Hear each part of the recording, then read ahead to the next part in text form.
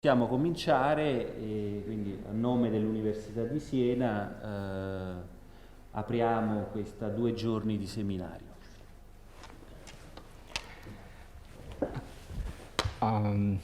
Buenas tardes, buongiorno, buonasera. Buonasera. Buonasera.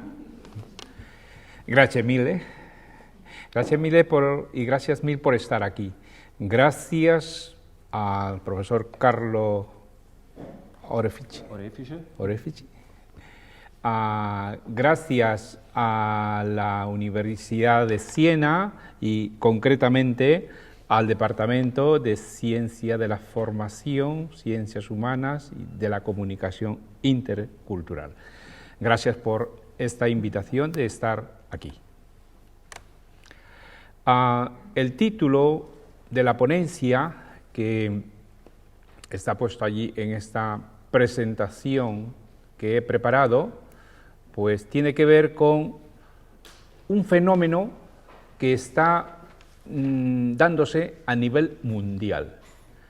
Seguramente aquí en Italia, también pasa mucho en España, pero también pasa en Estados Unidos y en Latinoamérica, lugar donde yo soy de origen, de Perú concretamente.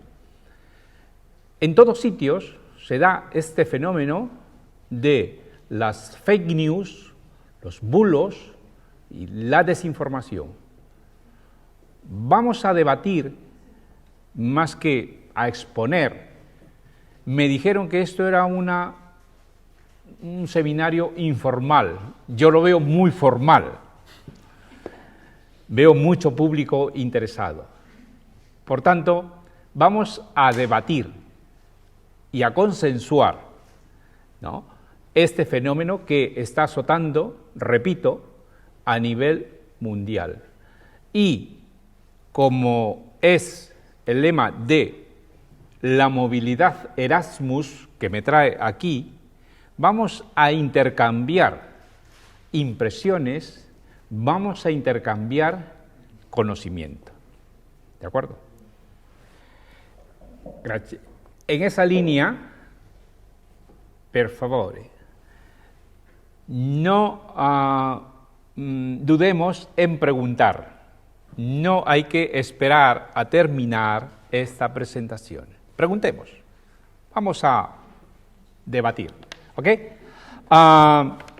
Cuando hablamos de estrategias de prevención de riesgo informativo, y pongo el matiz informativo, es por mi deformación profesional y académica. Soy periodista y trabajo en una facultad de periodismo y mis estudiantes son futuros periodistas. Por eso el tema, que aunque afecta a muchos entornos, me voy a centrar básicamente en el periodismo y la comunicación. Antes, sería importante para un poco entender, digamos, el mensaje que estamos intentando transmitir. Para ello, vamos a hablar de...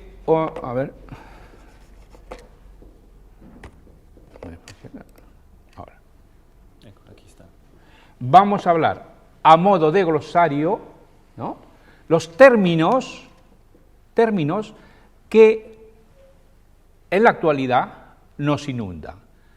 Por ejemplo, Big Data, por ejemplo, bulos, desinformación, fake news, verificación, posverdad, hoax, ¿no?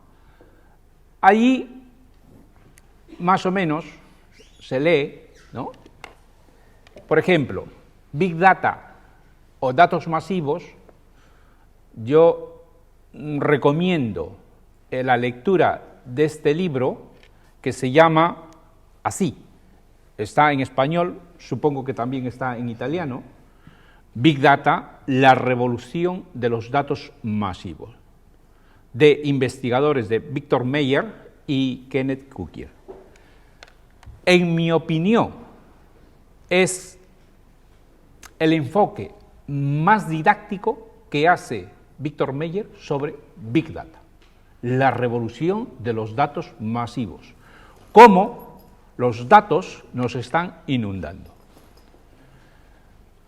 Y para terminar con esta transparencia, bulos, y me van a perdonar que me circunscriba al ámbito del español, castellano, en este caso, a lo que dice oficialmente nuestra lengua, y pone ahí RAE, que es Real Academia de la Lengua Española, y dice, ¿no? Dice, por ejemplo, en el caso de bulos, es noticia falsa propalada con algún fin. Fake news. Algunos investigadores dicen que fake news realmente no deberíamos utilizar la palabra fake news, porque cuando se da una noticia en el ámbito periodístico, la noticia jamás puede ser falsa. En esencia, una noticia no puede ser falsa. Por consiguiente, no deberíamos utilizar fake news, sino desinformación. Pero lo utilizamos porque es un concepto más entendible y que se ha puesto de moda a nivel mundial. Desde Trump, que podemos decir que es el que acuñó el término, ¿no?, fake news, hasta la actualidad. Seguimos. En esta transparencia también hablamos de verificación, que es según la Real Academia de la Lengua, acción de verificar. Punto. Acción de verificar.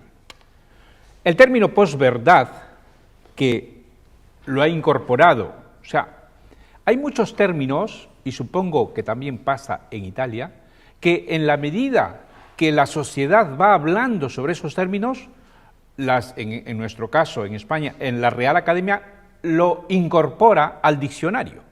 Y aquí también ha pasado lo mismo.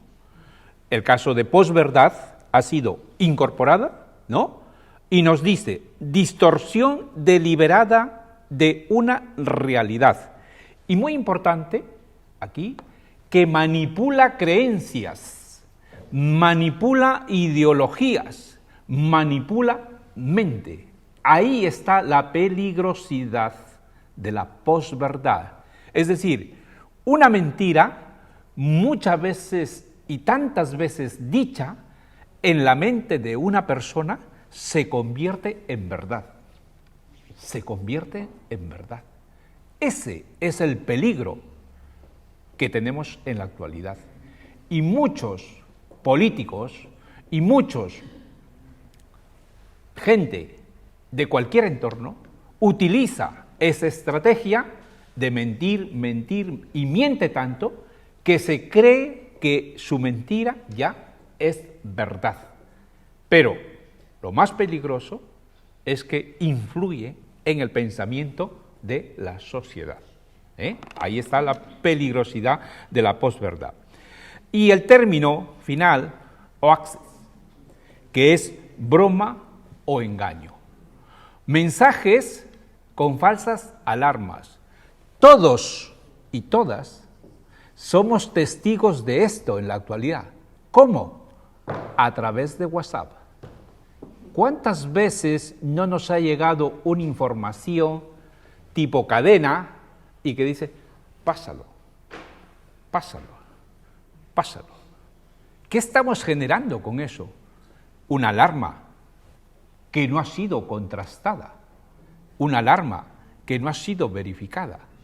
Pero además estamos creando más caos informacional y estamos contribuyendo a la intoxicación de la información y estamos haciendo que la información sea tóxica, nociva para mucha gente. Por eso es muy importante que nosotros debatamos esto, porque son cosas que se han dado hace años, muchos años. Los bulos, muchos años atrás, siglos atrás, ya se han dado estos fenómenos.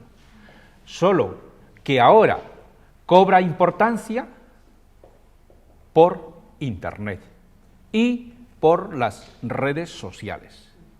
Por eso cobra importancia en la actualidad. Uno de los ejemplos, en todo caso, que he comentado sobre este tema de los hoax o bulos, viene aquí. Por ejemplo, cómo un bulo dio origen, o una desinformación dio origen a una guerra. Y eso es una realidad, es la historia. Estamos hablando de 1898, en el ejemplo. El hundimiento del buque de la Armada estadounidense, el Maine. Y claro, la prensa manipuló y dijo que había sido la Armada española quien hundió eso. Mentira, se ha comprobado. ¿Pero qué dio origen a eso?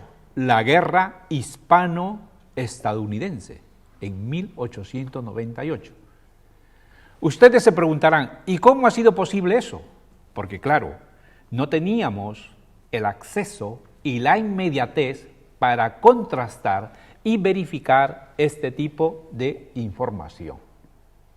Ahora sí tenemos mecanismos, y esos mecanismos de comprobación, de verificación, nos permite actuar en consecuencia rápidamente. Y cada vez más, como vamos a ver en los siguientes ejemplos. Bien, vivimos entonces la era del Big Data y concretamente del dato en sí. Hablamos de datos sin fronteras, los datos que circulan por todo sitio. Los datos que generamos cada uno de nosotros son datos. Cuando nosotros estamos utilizando Facebook, levantemos la mano, Facebook, ¿tenemos Facebook? Levantemos la mano. ¿Qué a Facebook? Facebook, ok. WhatsApp, ¿todos WhatsApp? ¿Quién no tiene WhatsApp? No tienes WhatsApp. ¿Quién no tiene WhatsApp?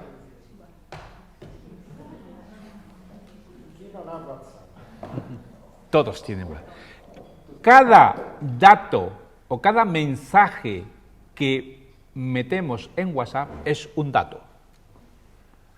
Cada vez que utilizamos, por ejemplo, Google Maps, y decimos, estamos en tal sitio y quiero ir a tal sitio, Google Maps ya identificó el dato de que tal persona está en un determinado sitio y quiere ir a otro sitio.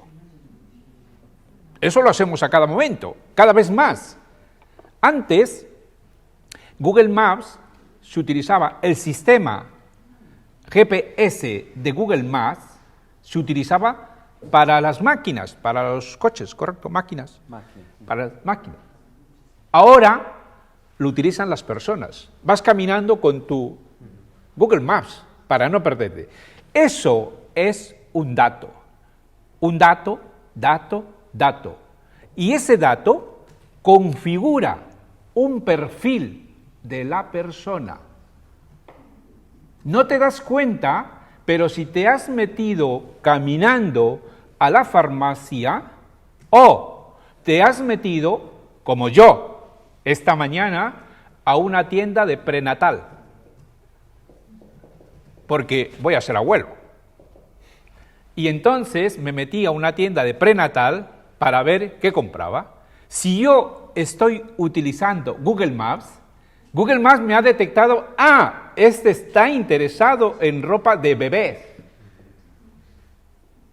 De la misma forma, Google Maps identifica a través de los datos que nosotros vamos dejando en nuestro día a día con los periféricos móviles. Por eso que hablamos de datos sin fronteras. Hace 2 semanas estuve en California y no me había dado cuenta y había dejado de California como estaba mi Google Maps ahí identificándome. Y no me he dado cuenta. Y entonces me dice, ya no estás en California. ¿Dónde estás ahora? No, este periférico me está identificando. Y cada vez más. Eso, datos, más datos. Por eso que hablamos de datos sin fronteras, que afecta a la libertad de expresión, que afecta a los medios de comunicación, que afecta a la privacidad de las personas. Yo ya no soy dueño de mi intimidad. ¿Por qué? Porque el gran hermano de Google está viendo qué estás haciendo y dónde estás. ¿Y dónde estás? El gran hermano nos está vigilando por los datos que estamos nosotros constantemente dando a través de los medios sociales. Y, finalmente, aquí, nuestros derechos como personas se ven, digamos, opacados, se ven disminuidos y se ven en peligro.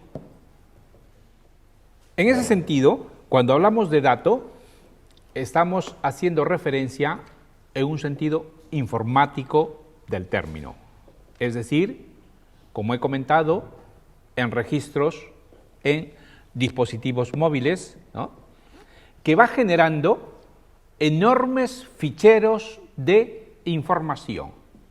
¿Dónde va esa información? Hemos oído coloquialmente que va a la nube. Cloud computing es el término también de moda. ¿Y por qué es interesante que conozcamos esto? Porque los grandes operadores, que yo les denomino operadores del dato, son Amazon y Google. Y por eso que ellos tienen enjambres y sitios de Big Data, precisamente para procesar toda esa información en la nube. En la nube. Por eso el interés de ellos, porque es negocio. Es negocio.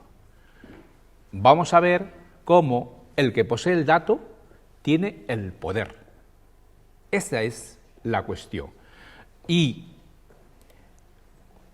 para terminar con este tema de la frontera de los datos, en ese sentido, y no ser repetitivo, sin darnos cuenta, conceptos como la soberanía de los estados también está en entredicho.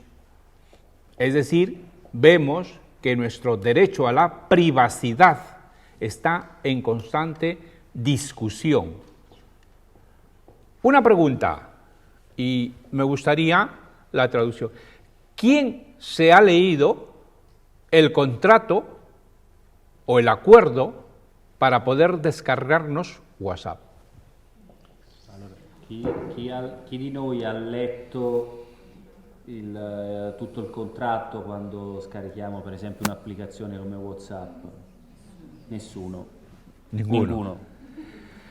Tengo que decirles que han entregado su alma. Abbiamo venduto la nostra anima. No nos hemos leído el contrato.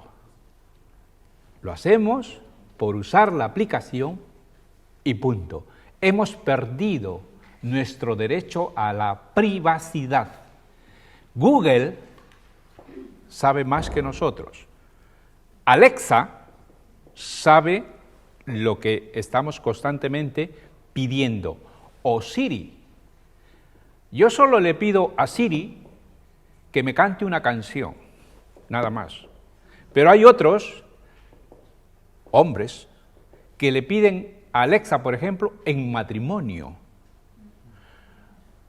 Alexa, el año pasado, ha recibido 1 millón de peticiones de matrimonio.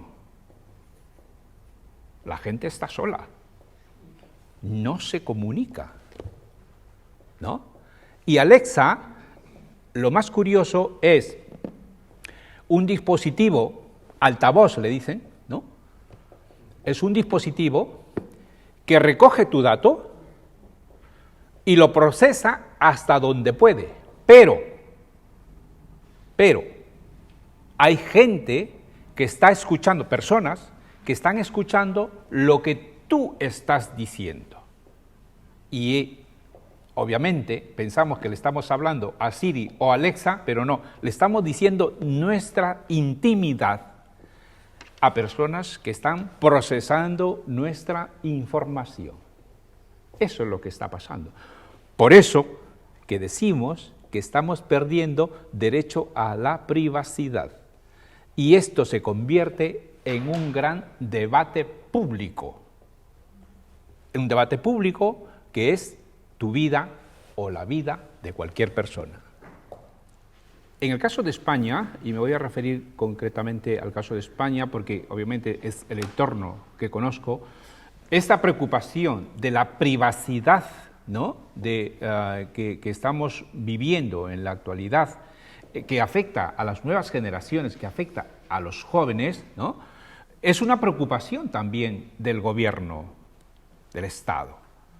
Y razón por la cual están desarrollando programas que tengan que ver con la educación. Esto que acabo de preguntar de forma baladí, es decir, ¿quién se ha leído el contrato de WhatsApp o Facebook? Esto es lo que los educadores tenemos que promover entre las nuevas generaciones. Es decir, tú, para que puedas acceder a esto, lee esto, mira esto, concienciate de esto. Es una estrategia, en todo caso. Y, por ejemplo, España, a través del Ministerio de Educación y del Ministerio del Interior, y del Ministerio de Asuntos Sociales se han visto implicados en este fenómeno y por eso han creado un manual de buenas prácticas. Claro, está nuestro gobierno, o sabemos que a lo mejor viene haciendo nuestro gobierno aquí en Italia, creando un manual, una guía de buenas prácticas para uso de los medios sociales. De tal forma que no puedas, ¿no?, meter los datos así, tan rápidamente. No se puede hacer eso. Por consiguiente, las estrategias que van a desarrollar desde las entidades públicas y desde el ámbito de la universidad, incluso desde las escuelas primarias, porque cada vez más los niños que tienen 10 años ya llevan sus periféricos móviles y están, no sé si el término es correcto aquí, whatsappeando. Sí, se puede constantemente. decir. Están ahí. Claro,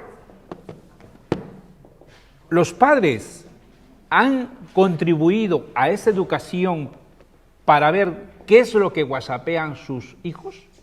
Si no lo han hecho los padres, ¿están haciendo algo los educadores? Esto es muy peligroso, porque luego veremos cómo en la siguiente transparencia una disciplina que antiguamente, hasta hace poco, se venía utilizando de forma analógica, llamada conductismo, se viene utilizando precisamente con las redes sociales. Y lo dice personas que han trabajado en las redes sociales, ¿no? Lo tengo más adelante, para que vean qué es lo que... No sé si con esto he respondido a tu pregunta, pero si no, más adelante podemos... Más adelante veremos un ejemplo de ese conductivo. En todo caso, resumiendo, decimos que, y al hilo de la pregunta del profesor, decimos que la tecnología avanza muy rápidamente. Lamentablemente, las herramientas legales no avanzan con la misma rapidez. Y por eso que nos encontramos con vacíos legales, de cómo contrarrestar todo esto desde un punto de vista legal. Algo está haciendo, por ejemplo, la Unión Europea a través de las directivas comunitarias. Las directivas comunitarias, un ejemplo de ello es lo que la Comisión Europea sacó como una directiva, el llamado derecho al olvido. Es decir, si tú estás en Google, tienes derecho a pedir que Google te quite de ahí. Vivimos la era del googleame. Es decir, nosotros ponemos nuestros nombres y apellidos y rápidamente sacamos el perfil de la persona.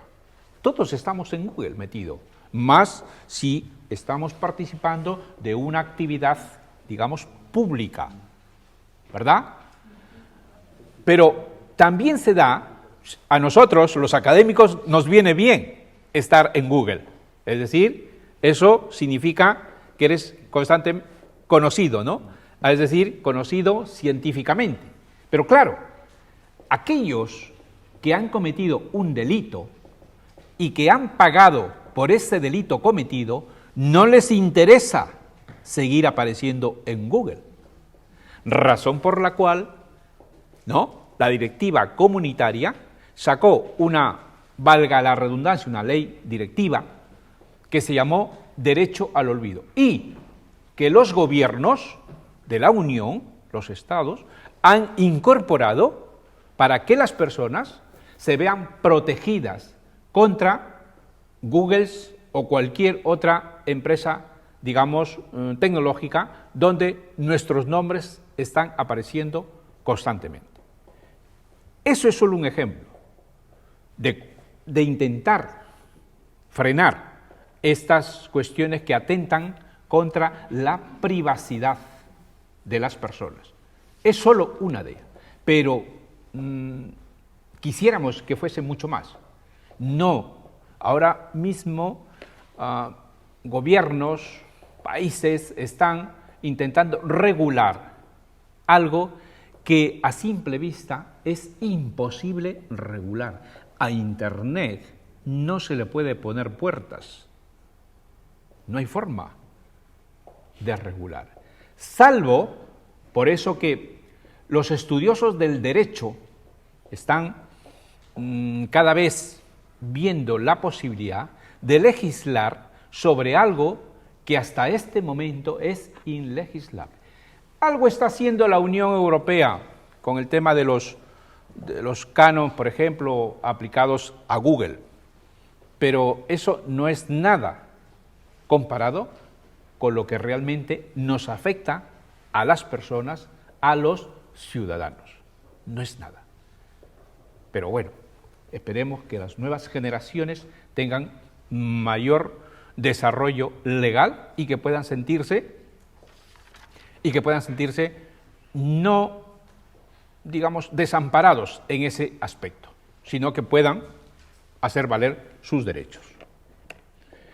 Lo que hemos visto hasta este momento es una breve pincelada de lo que es el entorno del dato en esta era de Big Data. Ahora vamos a ver cómo unimos ese concepto con lo que alguien conocido mundialmente puso de moda, es decir, el bulo, la desinformación, ¿no?, que este personaje conocido mundialmente, me refiero al presidente de los Estados Unidos, Donald Trump, ¿no?, que en 2016, en plena campaña, dijo que los medios de comunicación daban noticias falsas.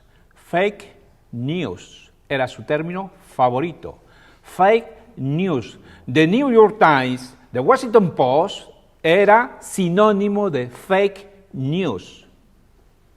Claro, los medios que toda la vida nos han enviado o proporcionado información de calidad verificada, se convertían en el enemigo público número 1 de este candidato. Pero curiosamente, el término fake news siguió creciendo, increciendo en la red. Y hoy lo utiliza todo el mundo.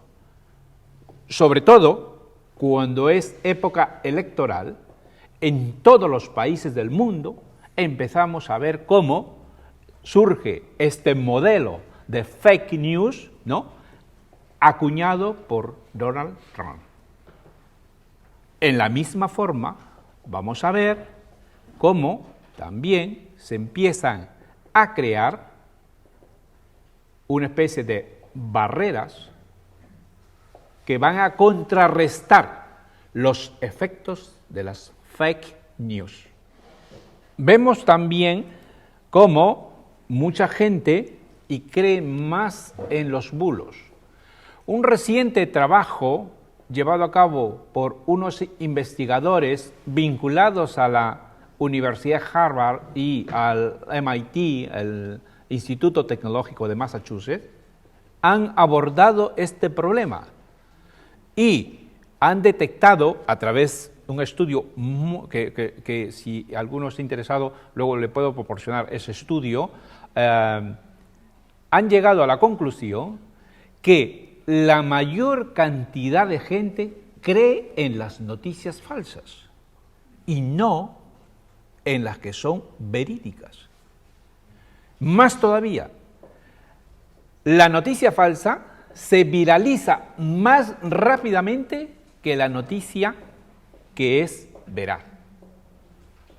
Curiosamente, estamos asistiendo a ese fenómeno.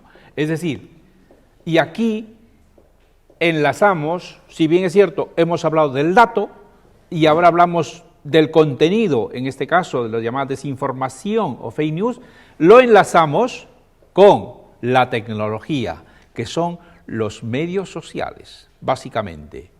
Cómo a través de los medios sociales se viraliza, se expande las llamadas fake news. Y curiosamente, mucha gente cree en ello. Aunque, y hay un matiz,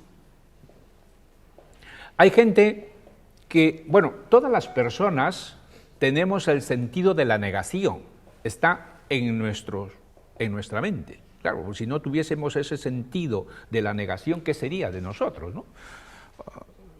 Profesor Carlos lo podrá decir como antropólogo, el sentido de la negación está metido ahí. Siempre estamos intentando negar algo. Es inherente al ser humano. Algunos, obviamente, sacan ese sentido de la negación. No, no puede ser esto. No creo que sea. No creo que sea eso. Estamos anteponiendo siempre ese sentido de la negación, ¿no? Pero, lamentablemente, es tanta la fuerza de la mentira, ¿no?, que terminamos por creernos. Y por eso que cada vez más los bulos crecen, la desinformación crece y con los medios sociales, las aplicaciones sociales, contribuimos a que crezca cada vez más. Y ese es el fenómeno actual. Una interesante también pregunta. Yo creo que, bueno, lo respondo porque no tengo preparado algo sobre eso, pero de cara a los profesionales de información, de cara a los periodistas, lo que están haciendo muchos medios yo ya casi no le digo medios, sino organizaciones de noticias, están creando unos códigos deontológicos y éticos para trabajar sobre ese entorno. Pero más todavía, ¿qué es lo que están haciendo como iniciativa? Obviamente, no estamos reinventando nada. La rueda ya se inventó. Lo que estamos haciendo es ver y trabajar con mecanismos que nos permitan un poco contrarrestar todos esos efectos. Desde las organizaciones de noticias está surgiendo un perfil profesional que ya en Estados Unidos lleva funcionando 2 o 3 años. Se llama fact-checker.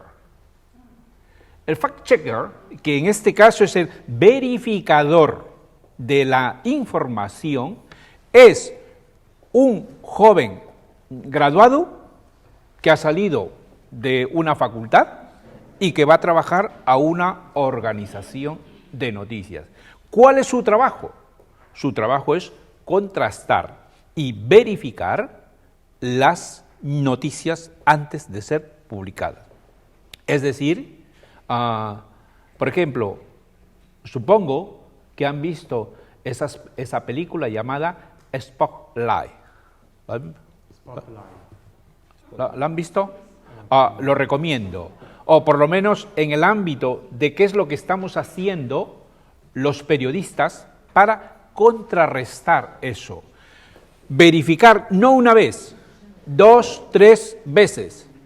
Hay organizaciones de noticias, como el caso de este medio que se llama The Guardian, en el Reino Unido, contrasta por 3 vías distintas la noticia. Verifica. Si no coinciden, no publica. Claro, ahí se está generando un perfil profesional que es el fact-checker, el verificador de la información, para poder dar a conocer. Los periodistas lo tenemos en estos momentos, en estos tiempos actuales, tenemos un trabajo difícil. ¿Por qué? Porque se pone en entredicho la credibilidad de los periodistas y ahora, más todavía, con el avance de las redes sociales que rápidamente contribuyen a desacreditar a los periodistas. Por eso, y termino, que las organizaciones están creando esos códigos deontológicos y junto con ello esos perfil profesional llamado verificador de la información. Sí, bueno, esto es una preocupación que afecta a muchos sectores. Por ejemplo, también afecta al sector de los políticos. Los políticos, ¿no?, muchas veces quisieran que estos medios sociales, estas tecnologías que se conocen como tecnologías disruptivas, porque hacen una disrupción en nuestra vida, ¿no? No quisieran que estas tecnologías existiesen porque, efectivamente, muchos estamos publicando cosas y luego podemos arrepentirnos. Por ejemplo, las nuevas generaciones, ¿no?, están utilizando su periférico móvil y si tienen cuenta de Facebook, ¿no?, un joven, una chica de 15 años, vamos a poner el término medio, se va de fiesta con sus amigos, hace una foto y a lo mejor llevado por la juventud, porque todos lo hemos hecho en más o menos medida, pues te tomas unas copas y dices, mira, qué gracioso se le ve, foto, Facebook, y lo etiquetas. Alumno, borracho, ebrio, muy bien. Y los compañeros se ríen, ¿no? Mira, y aplauso. mira, qué bien, es el momento. Pero luego, eso va pasando el tiempo y ese alumno, que ya no es alumno, sino es un profesor, profesora o cualquier profesional, dice, mira lo que hacía cuando tenía 15 años. En España, no me gusta meterme con el ámbito político por no herir susceptibilidades, sensibilidades, ¿no? Pero, por ejemplo, tenemos ahora mismo, estamos en época, hemos tenido elecciones, ¿no? Y ahora nuevamente estamos en elecciones municipales de comunidades autónomas y además las europeas. Y hay unos políticos que, bueno, están en entredicho por lo que dijeron e hicieron en las redes sociales. Una política, en este caso me va a decir, una chica, porque es la que ahora la están atacando, de un partido. Cuando fue estudiante, por protestar, quiso hacer una especie de femen. ¿Sabe lo que es una femen? ¿Verdad? Sacar la blusa y, bueno, ir poco por llamar la atención. Foto, foto, foto, vídeo, vídeo, vídeo, y ahora eso está en las redes sociales. Hoy, claro, es una señora política, pero ahí está.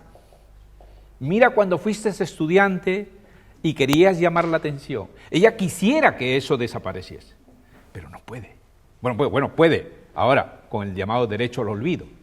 Pero como es un personaje público y todo está en las redes sociales, miren, yo lo puedo quitar, la empresa Google puede quitar eso, pero yo ya lo tengo. Si yo quisiera, en mi periférico, yo lo tengo guardado aquí. Y en cualquier momento, cuando me dé la gana, puedo viralizar. Ese es el problema. Entonces, claro, ¿cómo contrarrestamos esto para los jóvenes? Educación. Educación. Todo es educación.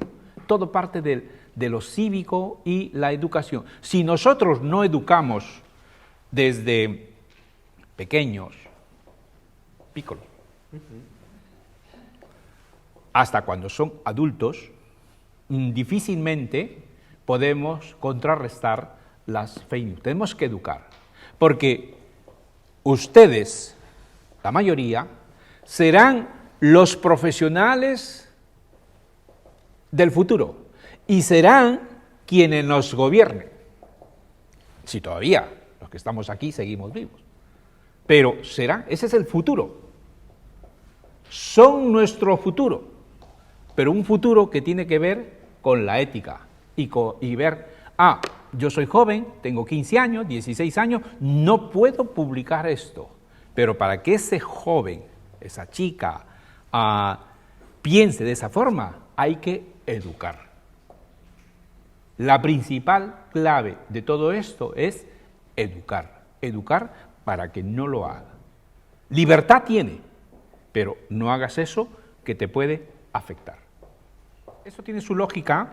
Efectivamente, estoy de acuerdo en que el periodista, en esencia, debería ser él mismo el verificador. Totalmente de acuerdo.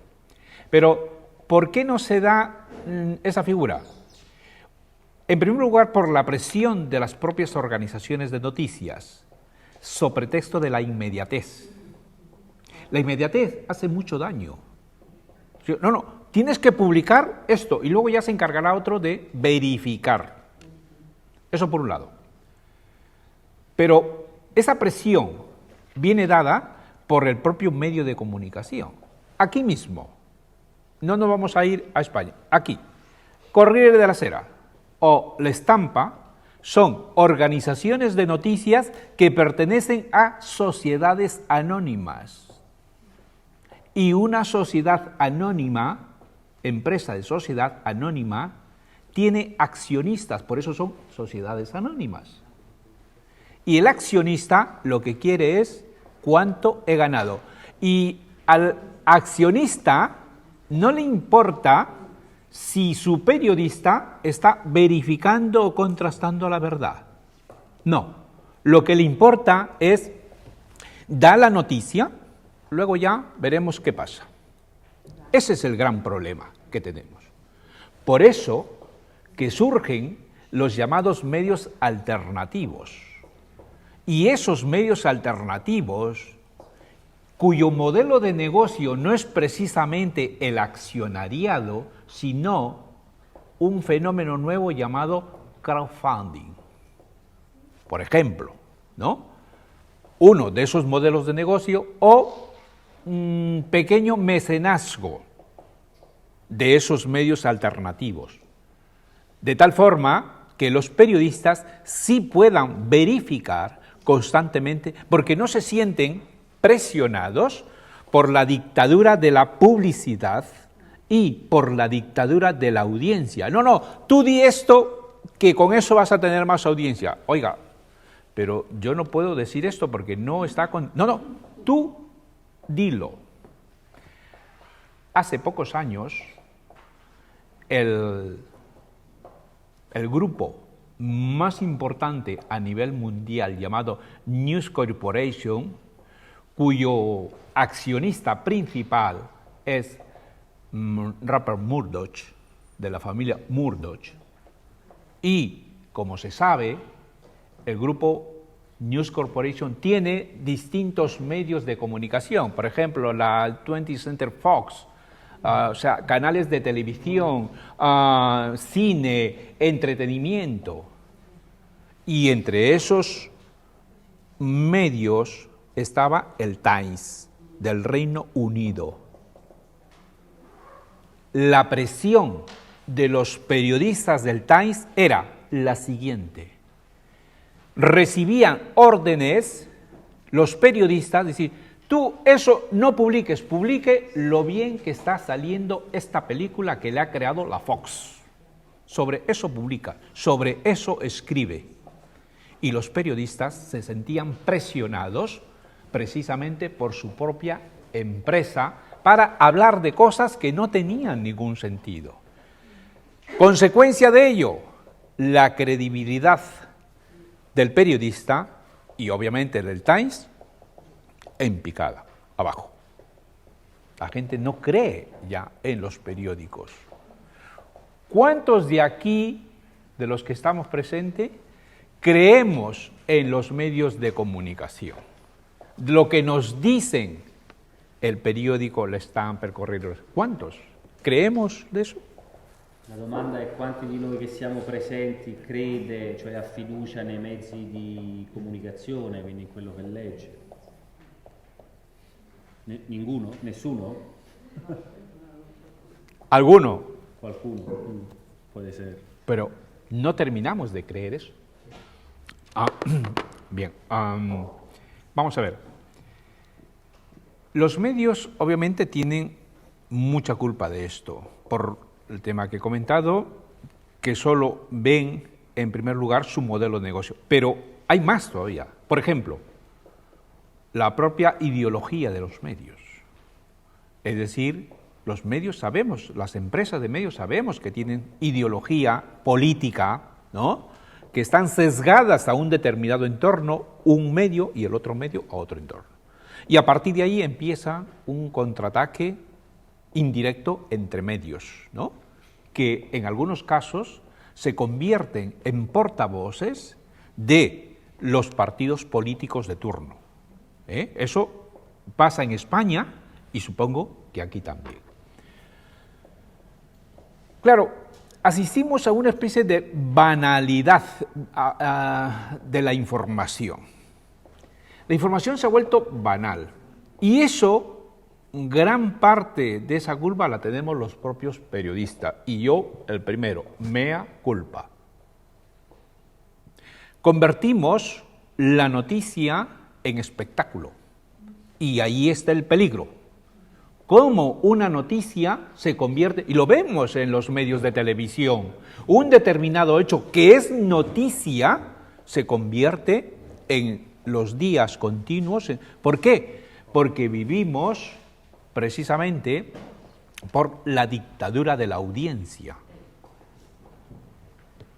Lamentablemente, la audiencia, la sociedad, seguro que demanda ese tipo de información banal. Y nos encontramos con que los medios se han vuelto muy simples, ¿no? Dan una noticia muy simplificada en contexto y en contenido. Y ese es el peligro al cual estamos asistiendo. Cuando yo he hablado hace un momento sobre los riesgos de los periodistas, y entre ellos he manifestado la credibilidad, mejor dicho, la incredibilidad, porque cada vez más dejamos de creer en los medios. La compañera ha dicho, ¿qué líderes hay como antiguamente había que uno seguía a un determinado líder de opinión? Cada vez eso se está quedando muy difuso.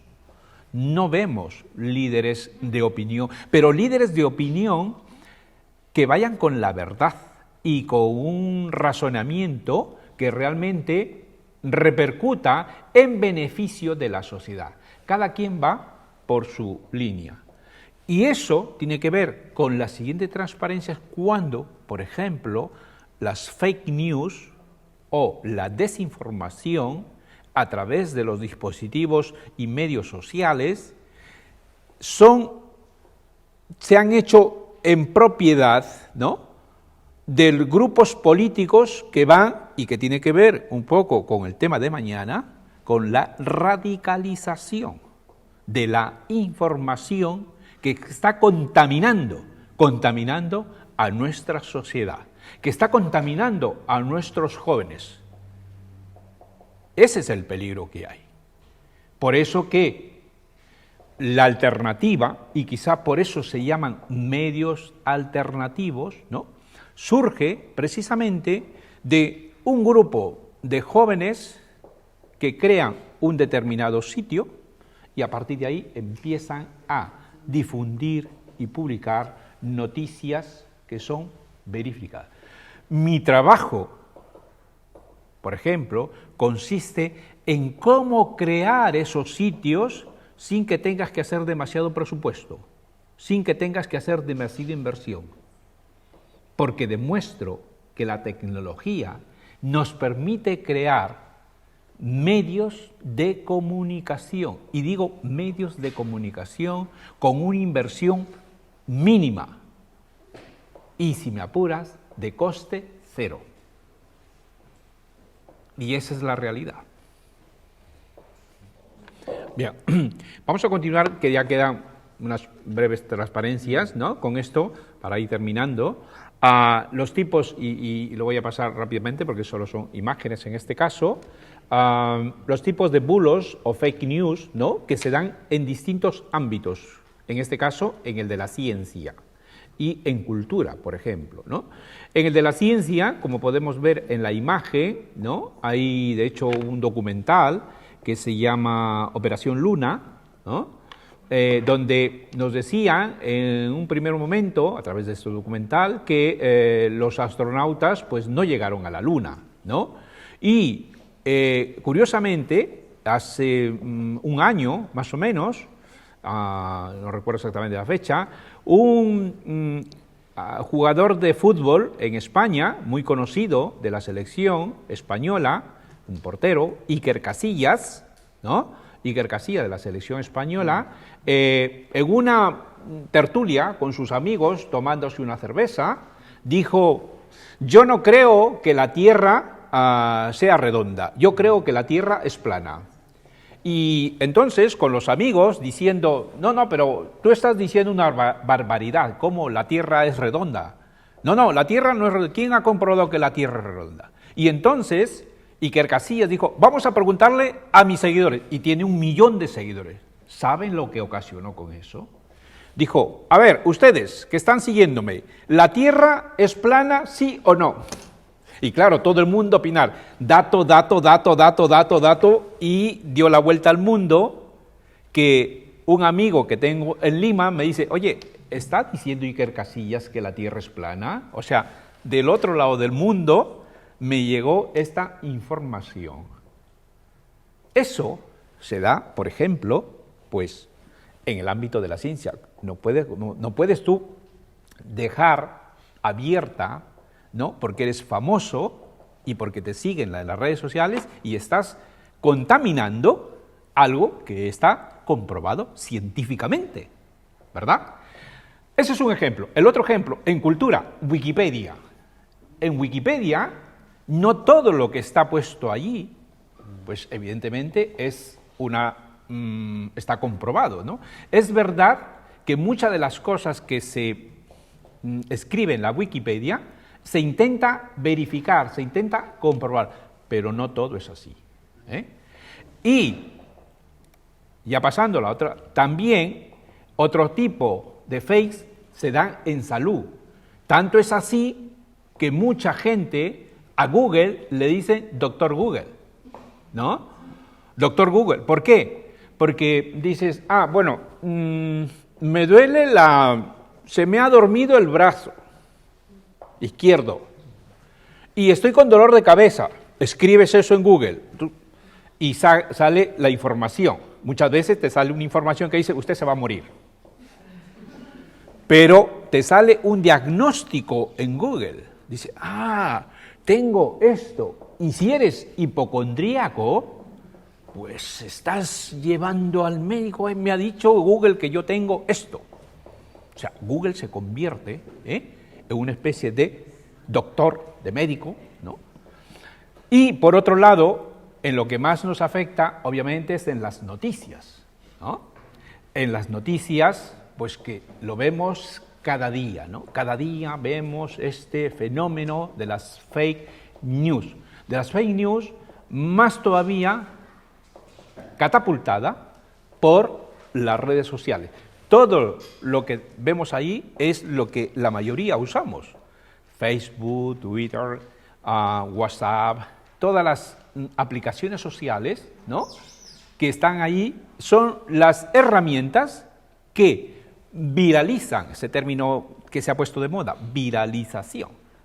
En todo caso, que expande un contenido que no ha sido contrastado. Esto es lo que tenemos en la actualidad. Ok, bien.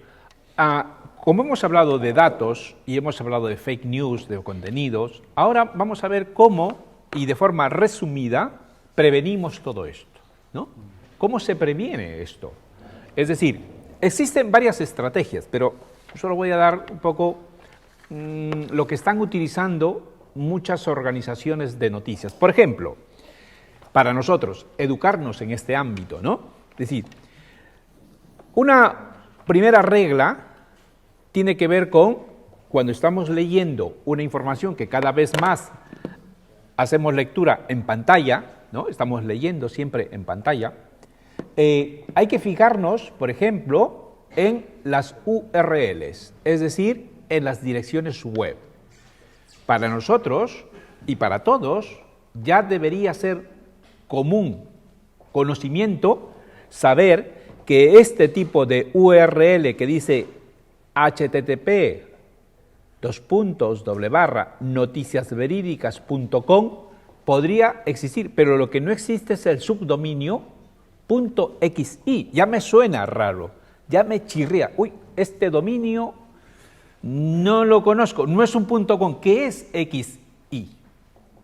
Este que está al final, destacado. No existe ese dominio.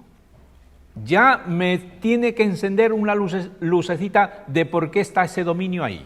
Primera cuestión. Segunda cuestión, hay que revisar los elementos en este caso narrativos, es decir, de redacción. ¿De acuerdo? Por ejemplo, un titular de periódico que diga: gemelos chocan en la Gran Vía. Gemelos, que son personas, chocan. En este caso, la Gran Vía, estoy hablando de la Gran Vía que se llama así Madrid, una de las arterias, sí, una avenida principal, ¿no? Se llama así. En la Gran Vía, chocan. ¿Cómo que chocan? O sea, ese término ya, desde el punto de vista de redacción, no está bien hecho. O, por ejemplo, dice, fuertes vientos del sur y la fecha que nos pone el periódico sea 31 de febrero. ¿Cómo? 31 de febrero. Pero si eso no existe, esa fecha, no existe ese día. O titulares, digan, consiguen leche en la luna. Tampoco es una cuestión que me lo tenga que creer. Ya estoy con el segundo foco encendido ahí para ver que eso no puede ser verdad. Tercer elemento, profundizar en la lectura. Esto es muy importante, por eso preguntaba, ¿no?, ¿cuántos se han leído el contrato de una aplicación? Eso es muy importante, concienciarnos, ¿no?, de que hay que leer en más o menos profundidad. Dice así, por ejemplo, un periódico que diga, somos un grupo independiente de informadores ciudadanos anónimos. ¿Cómo es esto? Grupo independiente y anónimo. Ya me tiene que sonar, pero más todavía, voluntarios con habilidades para el tratamiento de la información. ¿Y dónde más debería ponernos el foco? Y dice, si quieres más información, regístrate y envíanos tu correo electrónico. Uy, me está pidiendo un dato y es mi correo. ¿Para qué quiere mi correo electrónico? Y además, me está pidiendo que me registre. Bueno, hay muchos medios, ¿no?, que hoy en día te dicen, regístrate. Muchos medios, digamos, tradicionales. Cuarto elemento de prevención. Muchos desconocen que Google tiene una base de datos con millones de imágenes. Por consiguiente, habría que buscar, ¿no?, la relación de una imagen con otra. ¿Dónde se ha producido esto? ¿No? Y de esto voy a mostrar un ejemplo, ¿no?, que se me ha pasado en la transparencia anterior. También está el de contrastar con verificadores, es decir, lo que comentaba, los fact-checkers. Por ejemplo, decir que existen ya, afortunadamente, en la medida que se crean bulos, en la medida que se crean fake news, en la misma medida también gente altruista, ¿no?, gente buena, que dice, vamos a contrarrestar esto, y crea sitios como en Estados Unidos, factcheck.org, o en el caso de los políticos, PolitiFact en Estados Unidos, o el caso de Chequeado en Argentina, ¿no?, o los últimos, Ausfatos o Truco en Brasil, ¿no?, o en España, El Objetivo, Maldito Bulo y ahora Maldita.es. Es decir, quiere decir que organizaciones y profesionales que están intentando contrarrestar este fenómeno de las fake news y crean plataformas de verificación. Y vemos cómo un bulo o una información falsa aparece ahí, ¿no? Y esto, evidentemente, nos ayuda mucho a ver que la información, pues, es totalmente... Y para terminar con esto de lo de buscar por imágenes, en este ejemplo, aquí... ¿He vuelto a parar? No, aquí. A ver, perdón. Aquí, por ejemplo. Esta es una imagen, que ya lo he mostrado, pero lo digo como referencia. Esta es una imagen que fue publicada el día 2 de octubre de 2017. ¿Vale? Se ve ahí a un chico, joven, que está sangrando. Y entonces dijeron, esta es la brutalidad policial por el 1 de octubre que se llevó a cabo, ahora estamos en ese proceso en España, el referéndum de Cataluña, ¿no? Problema que tenemos ahí, Cataluña, España. Y esa foto fue publicada el 2 de octubre. Bueno, pues esa foto fue publicada o fue hecha realmente en 2012. Y efectivamente fue una carga policial, pero de una huelga general, que estuvo allí, pero no tuvo nada que ver con el independentismo, absolutamente nada. Sin embargo, los medios cogieron y publicaron esa foto allí como si fuera del día anterior. Esto es una muestra de que Google tiene su banco de imágenes y que nosotros podemos perfectamente verificar. Y termino con el tema de imágenes, aunque no está puesto. Los medios tradicionales, en algunos casos, mienten. Mienten porque en el caso de España, que tenemos un medio importante que es El País, ¿no? Medio generalista, mintió en su momento. Mintió, creo, fue hace unos 2 o 3 años, diciendo que Hugo Chávez, que fuera presidente de Venezuela, que estaba muy enfermo en Cuba, y dijeron que había muerto. Y El País publicó la foto de Hugo Chávez que estaba muerto. Y entonces, claro, dio la vuelta al mundo. Hugo Chávez ha muerto. ¿Qué pasó? Que esa foto era falsa, era trucada. El País no contrastó esa imagen y publicó una imagen de un señor que se le parecía a Hugo Chávez. ¿Por qué? Por la inmediatez. No queremos, porque todos los medios estaban ahí pendientes de dar una información, pero ¿saben lo que pasó? Pasó lo siguiente: el periódico mandó retirar, el periódico ya estaba publicado, con la imagen de Hugo Chávez que había muerto, pero Hugo Chávez estaba vivo, enfermo pero vivo, en Cuba. ¿Qué pasó? El director mandó recoger todos los ejemplares de toda España. A las 5 de la mañana se distribuía el periódico, a las 6:30 de la mañana se estaba recogiendo de todos los kioscos el periódico. Pero ya algunos habían comprado el periódico. Estaba en papel. ¿Sabe cuánto supuso, cuánto se gastó El País en un día? 250.000 euros. En un día. 250.000 euros gastó El País en un día solo por recoger ese periódico que ya estaba en la calle. Esa es la consecuencia, digamos, de no contrastar la información como tenemos aquí. Ok, bien, pues llegando prácticamente al punto culminante de esta sesión, solo recordar lo que comenté hace un momento, el estudio del MIT y publicado en la revista Science Journal, ¿no? Está aquí, se llama The Spread of True and False News Online. Es decir, un informe muy, digamos, de calidad muy sesudo, hecho por estos 3 investigadores, Soroush Vosoughi, Deb Roy, Sinan Aral, del MIT, todos del Instituto Tecnológico de Massachusetts.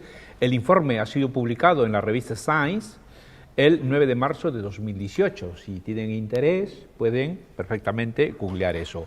Básicamente, ¿no? Y termino con esto, dice, obviamente existe una preocupación mundial sobre las fake news, sobre la desinformación. Tanto es así que, extrayendo unos breves elementos de ese informe, nos dice que, por ejemplo, en los datos usados en Twitter como rumores de 2006 a 2017, detectaron que 126.000 rumores fueron distribuidos por 3 millones de personas. 126.000 rumores, o sea, algo que no ha sido contrastado, algo que es falso, ha sido distribuido por 3 millones de personas. Más todavía, las noticias falsas llegaron a más personas que las noticias verdaderas. O sea, hay una difusión de lo falso y no de lo verdadero. Esto significa que más del 1% de las cascadas de noticias falsas en Twitter se difundieron entre 1.000 y 100.000 personas, entre 1.000 y 100.000 personas, mientras que las verdaderas solo llegaron a 1.000. O sea, entre 1.000 y 100.000 noticias falsas y solo a 1.000 noticias verdaderas. Esto realmente es devastador, este informe. La falsedad también se difundió más rápido que la verdad. Si es de lo falso, se difunde más rápido. Y, obviamente, esto tiene que ver con el grado de novedad, digamos, del bulo, de la desinformación, un poco de lo que hemos comentado, de ese espectáculo, y yo diría incluso del morbo de la gente por algo que le ha llegado y luego lo viraliza, ¿no? Lo envía a través de sus redes sociales. Esto que estamos viendo no es nada más que la punta del iceberg de lo que realmente hay detrás de todo esto. Esto es la punta, solo la punta del iceberg. Hay muchísimo más y tiene que ver con, por ejemplo, el tema, ¿no? También interesante y muy importante, la radicalización, ¿no? Que se está dando en muchas partes del mundo. Pero es que radical no necesariamente, si bien es cierto que el término radical lo hemos, enfocado o circunscrito a ámbito de lo malo. Yo suelo utilizar la palabra radical en los planes de estudio. ¿Cuántos de mis compañeros no me dicen, tú eres un radical de los planes de estudio? ¿Y saben por qué? Porque quiero cambiar los planes de estudios de mi facultad. Porque creo que estamos enseñando el periodismo del siglo pasado y no el periodismo de este siglo. Por eso puedo ser radical, porque quiero un cambio radical de 180 grados en los planes de formación. Y porque mi mensaje es, no quiero engañar el futuro de los estudiantes. Eso. Por eso es muy importante definir el término radical. Es verdad que cuando hablamos de radical, hablamos de cosas totalmente negativas, ¿no? Pero no todo lo radical es negativo, obviamente, para eso tenemos que consensuarlo. Y termino con que lo radical, lo malo, está aupado por esta disciplina que comenté hace un momento llamado conductismo. El conductismo se da hoy en día a través de las redes sociales. Recomiendo la lectura de un autor, se llama Jaron Lanier. Este autor fue uno de los creadores tecnológicos de Facebook. ¿Y saben lo que dice Jaron Lanier? Dice que los directivos de Facebook envían a sus hijos a colegios que no tengan tecnología. Concretamente a colegios analógicos. No utilizan esto y les envían a colegios donde no está permitido la entrada de teléfonos móviles, los directivos de Facebook, porque no quieren que sus hijos sean precisamente presa fácil del conductismo, porque el conductismo te obliga a hacer cosas que muchas veces, o te obliga a pensar cosas que nosotros no queremos o no debemos pensar. Ese es, entre otras cosas, lo que dice este autor. Y recomiendo su lectura, la lectura de su libro. Se llama algo así como 10 razones por las cuales debes darte de baja de las redes sociales inmediatamente. Ya. Gracias por vuestra atención.